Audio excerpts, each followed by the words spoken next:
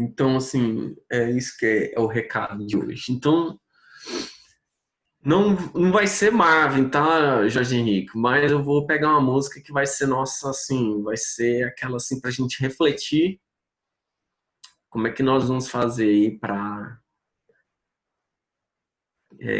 nós tocarmos em frente, né? Direto. Então, assim, vamos ver aí como é que vai fazer. Bom, meninos, então, como eu estava falando, eu não queria fechar, eu não queria abrir um conteúdo com vocês e em uma aula a gente não teria tempo de fazer uma discussão mais aprofundada. Como nós teremos um tempo um pouco mais prolongado, porque o Enem de vocês vai ser prorrogado, não, ele não vai ser cancelado, vai ser prorrogado. Então, assim, eu resolvi a trabalhar com um pouco mais de calma, tá? Então, assim, nós estamos ainda na sintonia boa, a gente está onde a gente queria chegar, tá? Mas, assim, eu vou ver se eu aprofundo em algumas coisas. E uma dessas questões para aprofundar é sobre República Vélez, tá? Semana passada eu deixei o vídeo falando sobre a República da Espada, tá? E aí, dentro da República da Espada, foi o momento de afirmação da República. Tá? Essa República da Espada, na verdade, ele vem para consolidar a República Brasileira, né? Então, eu deixei esse aqui não. Deixei este aqui, ó. Deixa eu ver aqui. Deixa eu ver aqui. Deixa eu ver. Não, não é esse aqui, não. Deixa eu ver se eu abro aqui o roteirinho de vocês, que é o roteirinho que eu deixei da aula de semana passada. Tá aqui, dia 9, República. Tá aqui. Este aqui. Vou ver se espelha ele agora. Este. Tá? Eu deixei ele aqui, né? Deixei aqui e falei sobre a questão. Então, assim, só retomando para vocês, foram 4 pontos quando eu tenho falando quando eu falo de monarquia em si. O governo Dom Pedro II ele foi um governo muito extenso, né? A gente pode observar que o Dom Pedro II ele assume, ele não tinha nem 15 anos de idade com o golpe da maioridade, né? E ele vai ali de 1840 até 1889, então é,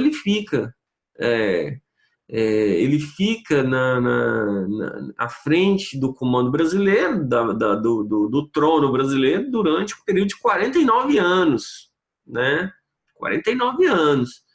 Então, assim, no final ele já se encontrava desgastado, tinha uma oposição muito grande, e aí eu coloquei alguns fatores que influenciaram decisivamente para ele cair. 2 fatores centrais foram, ou 3, né, no caso aqui, foram o abolicionismo, que foi a libertação dos escravos, tá? Essa libertação, ela mexe com um elemento econômico dos cafeicultores, que era a base do Império Brasileiro, tá? Nós tivemos a onda republicanista, que era a República era a grande inovação do período, tal, tudo que queria se falar de novo estava ali dentro do sistema republicano, então foi um crescimento do ideal republicano muito grande dentro do Império. E, por último, o protagonismo das Forças Armadas, do Exército Brasileiro, né? Então, assim, você pega esses 3 elementos e coloca numa balança, você vai ver que vai pesar para o lado da República, né? Então o Dom Pedro ele vai acabar se desgastando muito em relação a esse momento. Então tá lá a consolidação da República que vem com o golpe de Estado do Exército no dia 15 de novembro de 1889, foi o ano de instauração da República. O Brasil dorme monarquia no dia 14 e acorda a República no dia 15, com a deposição do primeiro-ministro. Tá? E aí nós temos o quê? Nós temos o início de um movimento de consolidação. O governo, aquilo que ficou conhecido na história brasileira como República da Espada, ele vem consolidar a República, tá? Tanto é que quem deu o golpe foi o Deodoro da Fonseca, E aí ele vai assumir o comando, da mesma maneira como Vargas dá o golpe em 1930, ele assume o comando da República Brasileira. Isso vai ocorrer também lá no ano de 1964, com o general Castelo Branco, que ele é o comandante do golpe de 1964, e ele vai assumir a cadeira, e da mesma maneira está ocorrendo aqui. Então, olha só, as principais medidas que nós temos aqui, a primeira coisa é tornar o Estado laico, separação do Estado e Igreja. Então, a partir desse momento, o Estado torna-se o quê? Laico, ou seja, não tem influência da Igreja. E aí, a Igreja, que era o braço direito que eu tinha falado, a Igreja, olha, nasceu, tinha o registro na Igreja, matrimônio era registro na Igreja, e sepultamento, tanto é que, se você observar, se você quiser falar assim, eu tenho cidadania italiana,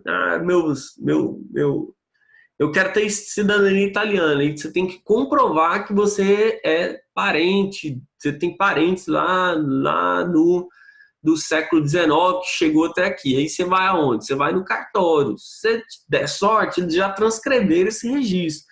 Mas se você não der, você tem que ir nas igrejas para você achar essa ancestralidade sua aqui, tá? Essa árvore genealógica sua, você vai achar dentro da igreja. Então, a partir da República, tem a criação do cartório de registro civil, tá? Onde ele vai lá registrar nascimento, casamento e óbito, tá? E aí, no campo econômico, o Deodoro da Fonseca ele vai tentar estabelecer o quê? Uma política, tá? Ele vai tentar estabelecer uma política de desenvolvimento econômico dentro do Estado brasileiro. Essa política é conhecida como encilhamento. O que é o encilhamento? Quem que achou aí rapidinho para a gente discutir aqui? O que é a política do encilhamento? Eu achei aqui, posso tentar? Manda ver. É o Caio, né? Aham. Manda ver, Encilhamento Caio. foi uma crise do plano do Ministério de Rui Barbosa, o qual, visando a industrialização, promoveu uma maior produção de dinheiro e a disponibilizou para toda a população, por meio de empréstimos. Só que não tinha a verificação se ele poderia pagar depois. Além da maior produção de dinheiro que eu falei, né? Isso. Isso desvalorizou a moeda e tal. Uhum. Beleza. Caio, eu só vou acrescentar algumas coisas. Tá certo seu conceito, eu vou só pontuar algumas coisas que é interessante para a gente ajustar o seu conceito aqui com o que os meninos vão colocar lá na política do encilhamento. A política do encilhamento foi uma política econômica do ministro da Fazenda, Rui Barbosa. Inclusive, só de curiosidade, tá? Só de curiosidade para vocês, a Marina Rui Barbosa, ela é neta desse Rui Barbosa. A Marina Rui Barbosa da Globo, é essa mesmo, tá? Então ela é neta desse cara aí. Ele era um intelectual baiano, tá? Um político baiano. E assim, ele tentou desenvolver o país com a seguinte perspectiva: vamos ter que fazer o quê? Industrialização. A industrialização precisa de capital. Aí ele falou: não, vamos liberar capital, vamos liberar dinheiro para que fossem construídas empresas. Quem tivesse a intenção de construir empresa, que construísse. Então ele facilitou a emissão de papel moeda. Qual que é o grande problema? O grande problema é que nós estamos no Brasil. E o Brasil é o país dos oportunistas. Desde sempre. Então, a partir desse momento que há uma liberação do papel moeda, várias pessoas fizeram o quê? A contração desses empréstimos, com o intuito apenas de criar empresas que não desenvolveria nada, só para pegar o crédito. Então, acabou virando empresas fantasmas. O que é uma empresa fantasma? Ela existe no papel, mas ela não se desenvolve, ela não tem nem endereço. Então, ela contrai empréstimo ali. Se ela já pegou o dinheiro, o que aconteceu? Teve uma grande onda de dinheiro no mercado e isso vai gerar inflação. Vou dar um exemplo para vocês. Você pega... Se todo mundo tem dinheiro para comprar um iPhone, vamos supor, se todo mundo está com grana sobrando para comprar um iPhone, qual que é a tendência do preço desse iPhone? Aumentar ou diminuir?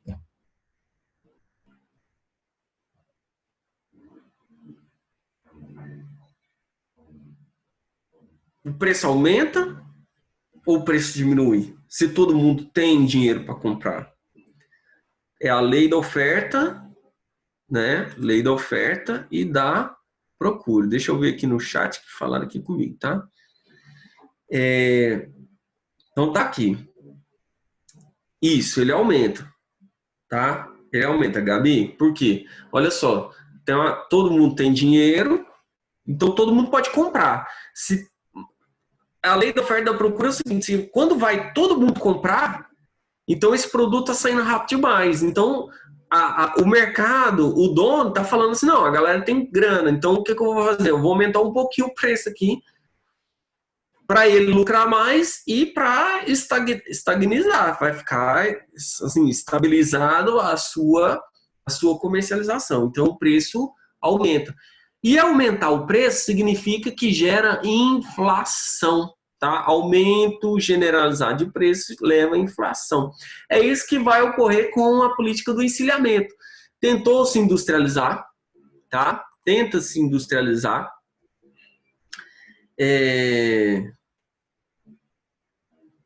Isso, exatamente. Senão acaba.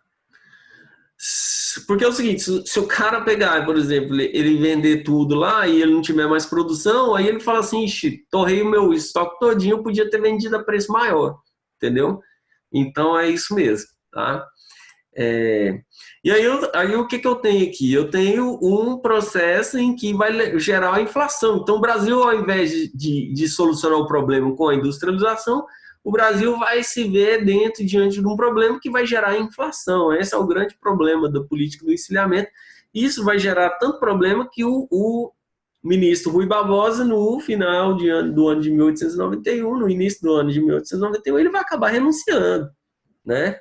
Ele vai renunciar ao posto de primeiro-ministro. Mas dentro dessa questão que a gente está discutindo aqui, a primeira coisa que a gente tem que observar é que durante esse governo provisório, no campo político, ele foi estabelecida a primeira Constituição Republicana, tá? A Constituição Republicana ele foi promulgada no ano de 1891. Tanto é que a República, a gente não sabia, nesse período aqui, nesse início do ano aqui, a gente não sabia se voltaria à monarquia, se continuaria o projeto republicano, a ideia era que permanecesse. E essa república ela vai ser consolidada a partir do momento da promulgação. Lembrando aqui, a palavra promulgação é diferente de outorgar. Então, promulgar é diferente de outorgar. A promulgação significa que a Constituição, ou seja, o nosso conjunto de leis, ela foi discutida,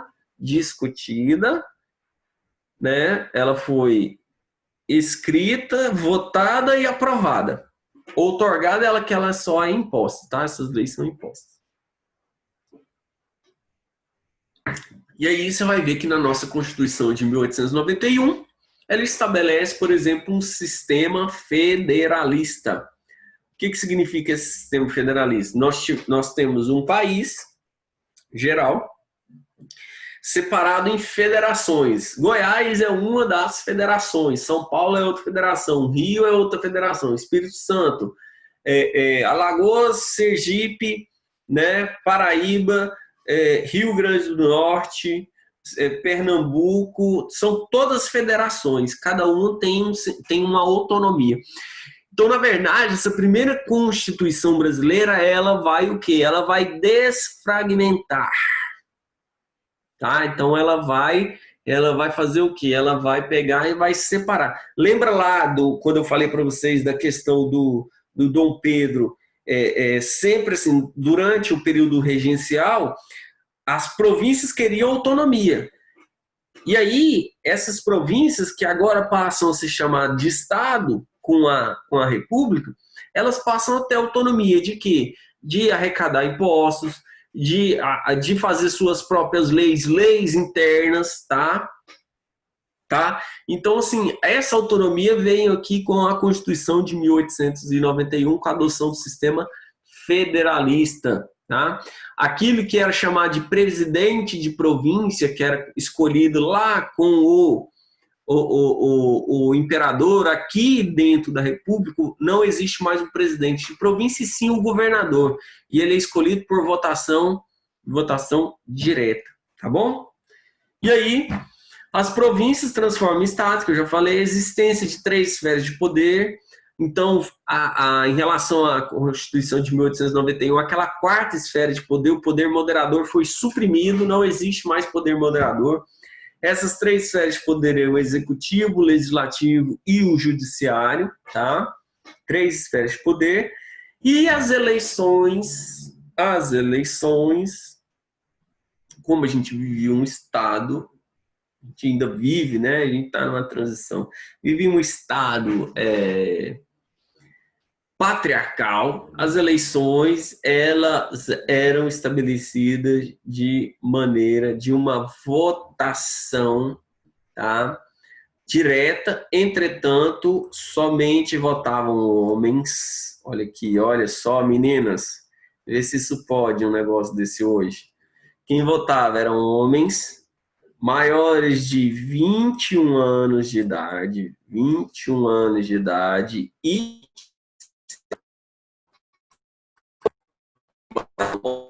maiores de 21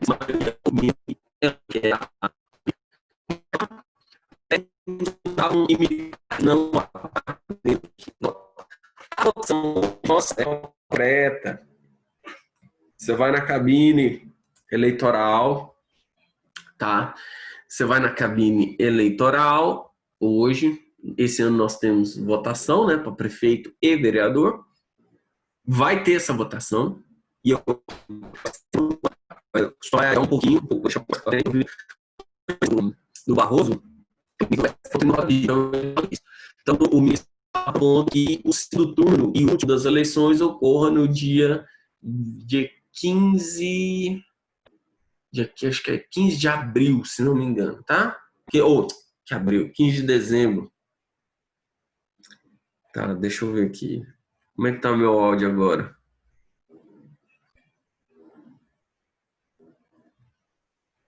Tá beleza? Beleza. Qualquer coisa, até onde eu falei, Vitor, eu volto aqui um pouquinho. Até onde você não entendeu?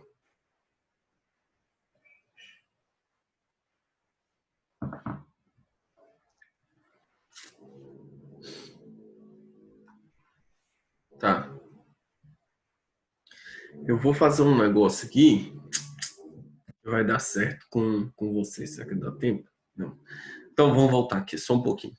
Então, eu estava falando de Constituição, tá? Esses últimos 2 minutos que eu falei, eu estava falando de Constituição.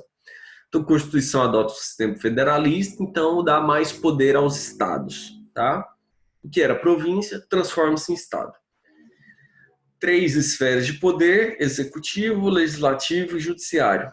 São 3 pontos de poder aqui que dá dentro da nossa república. E o sistema de votação nosso é um sistema de votação excludente. Por que excludente? Porque mulher não votava, padre não votava, militar não votava. Quem votava? E aí eu pus aqui para vocês: homens maiores de 21 anos e tinha que ser alfabetizado, tá? Então, assim, era a grande maioria da população que não votava, tá? Que tinha que ser homem, maior de 21 anos e alfabetizado. Então, o sistema de votação nosso, sistema de votação aberta. O que significa esse sistema de votação aberto? O que é que a gente fala? Não existia cabine eletrônica, antes de ser, não é da geração de vocês, e nem da minha geração, tá? Eu posso me posicionar, apesar de eu não ser novinho igual vocês, mas primeira votação minha, tá? primeira votação minha foi foi o voto eletrônico. Nunca votei em cédula, igual, por exemplo, já ocorria antes do voto eletrônico, tá?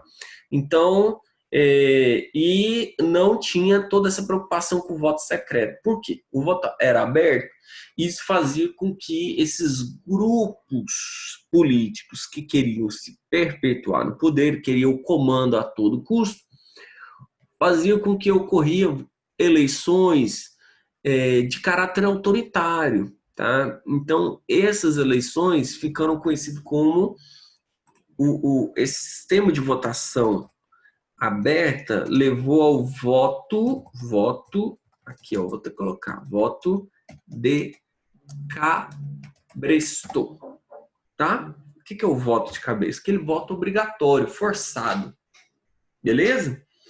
Que era muito comum durante a Primeira República, beleza? De boa? Como é que tá meu áudio aí? Agora eu fiquei preocupado aqui com vocês. Tá de boa? Fala aí pra mim no chat, por favor. Tá? Fala aí. Tá de boa? Beleza. De boa. Então vamos continuar aqui. Meninos, então, sistema de votação aberta é a votação, o voto de cabresto. Aquele votinho, né, forçado, onde o jagunço estava ali do lado, e aí o coronel, geralmente, ele tinha um reduto eleitoral. Vou falar isso com um pouco mais de profundidade nas nossas próximas aulas, tá? Que é sobre república oligárquica, tá? Então, isso vai levar ao voto de cabeça. O Estado torna-se laico, separação da igreja, ponto final. Então, deixa uma observaçãozinha aqui. Após a promulgação da Constituição, em fevereiro de 1891, então aqui, ó, a data da Constituição Brasileira Republicana, ela promulgada em fevereiro de 1891. O próprio Deodoro da Fonseca, comandante do Exército, comandante do golpe de 1889, ele vai fazer o quê? Ele vai ganhar as eleições de maneira indireta. Indireta, o povo não participa, tá? Indireta é feita no Congresso Nacional. Ele acaba ganhando as eleições e ele começa o governo constitucional. A primeira eleição seria indireta, as outras não, as outras seriam diretas. Mas, como nós estamos no Brasil, tá? O próprio Deodoro da Fonseca vai enfrentar uma grande oposição, tá? E essa oposição era de grupos, tá? De grupos do Congresso Nacional. Essa oposição, quando eu falo de oposição, é o seguinte: o presidente, ele não governa sem o Congresso, tá? E o Congresso não governa sem o presidente. Por isso que os poderes são independentes e harmônicos. Tem que ter uma harmonia para ter um sistema de governo. Se não tiver essa harmonia, não tem aquilo que dentro da política chama-se de governabilidade. O que é governabilidade? O presidente não dá conta de governar sozinho. Então ele faz o quê? Ele faz trocas, tá? Fala, ó, eu vou mandar uma lei, o Congresso vota, aprova, e eu tenho alguns cargos, eu vou passar algumas verbas aqui para vocês fazerem o que quiserem no Estado, tá? Isso vai ter um nome, eu vou falar para vocês lá no período da República Oligárquica, tá? O Deodoro não tinha essa relação com o Congresso, muito pelo contrário, tinha uma oposição. E aí, membros da Marinha, o próprio Deodoro da Fonseca, como ele era um membro do Exército, a oposição, ele tratou essa oposição, para derrubar essa oposição, ele vai fechar o Congresso Nacional. É o que os caras estão querendo fazer agora, né? Então, assim, o Deodoro da Fonseca, ele fecha o Congresso Nacional, acho que é o sonho dos bolsonaristas, fechar o Congresso Nacional, fechar o STF, fala assim, vai, Bolsonaro, vai lá, tranquilo, entendeu? Então, assim, aí, esse aqui é o que eu vou pegando a história atual, eu vou pegando a história antigamente. Então, o Deodoro, ele faz aquilo que está querendo ser feito agora, aquilo que está em onda agora, tá? Então, é o seguinte, o Deodoro, ele acaba fechando o Congresso Nacional, e aí tem uma revolta contra o próprio Deodoro, né, que é chamada a Primeira Revolta da Armada. Primeiro da revolta armada é o seguinte, os membros da Marinha, que faziam oposição lá ao Deodoro da Fonseca, falou assim, Deodoro, vamos fazer o seguinte, você sai que a gente não bombardeia o Rio de Janeiro. O que o Deodoro faz? Ele recua para não ter uma guerra civil e ele vai renunciar com menos de 9 meses de governo. Ele entrou em fevereiro e saiu em novembro de 1891, tá? E aí, quem vai assumir é o Floriano Peixoto, tá? Depois que acabar essa pandemia, vou dar uma dica de turismo para vocês. Acabou essa pandemia, você fala assim, ó, tá todo mundo doidinho para botar o pé na praia, né? Então, assim, você vai lá no estado do Alagoas, vai lá em Alagoas, lá em Maceió, cidade maravilhosa, Alagoas, saudade demais. Você vai lá em Maceió, tem as praias, assim, é o Caribe brasileiro, maravilhoso. Lá é lindo, lindo, lindo. E esses dois presidentes aqui, o Deodoro e o Floriano Peixoto, eles são de Alagoas. Inclusive, tem as cidades, tem duas cidades com o nome dele. Tem a cidade de Floriano Peixoto, tem a cidade de Deodoro. E você dá conta de fazer um turismo lá. Esses dois primeiros presidentes aqui são alagoanos, tá? Então, assim, quando você for lá, vai visitar a praia, faz um turístico também, um turístico histórico lá nas duas cidades. Vocês vão gostar, tá? Então, tá lá. Inclusive, para ir para uma praia, você precisa passar lá, né? Você passa do lado da cidade, então você já entra lá e faz uma visita. É bom, é bom, é bom, tá? Então, assim, o Floriano Peixoto, ele vai assumir no lugar do Deodoro da Fonseca, mesmo que ele é o presidente. Só tem um problema. O grande problema aqui é que o Floriano Peixoto, ele não poderia permanecer no cargo. Ele deveria assumir, mas deveria convocar eleições. E eu já falo isso para vocês, já já. E aí ele era conhecido como Marechal de Ferro, ou seja, ele tinha um poder centralizador, o cara era militar, logicamente, então, assim, a conduta do próprio Floriano Peixoto era uma conduta mais centralizadora. No governo do Floriano Peixoto, quando ele assume imediatamente após a saída do Deodoro da Fonseca, vai ocorrer, então, a nomeação para a composição dos ministérios, ó, aqui, ó, dessa classe aqui, que ela está quietinha, só esperando a vez dela, que são os cafeicultores paulistas, tá? Então, vários ministérios foram ocupados ali. Ministérios, lógico que vocês já sabem, tem lá, hoje nós temos o Ministério da Educação, Minas e Energia, tal, são os pontos chaves onde vai ser administrado o país. Então, o Marechal, ele vai convocar esses cafeicultores e vai colocar para esses cafeicultores ocuparem o governo, para ele ter o quê? Maior governabilidade.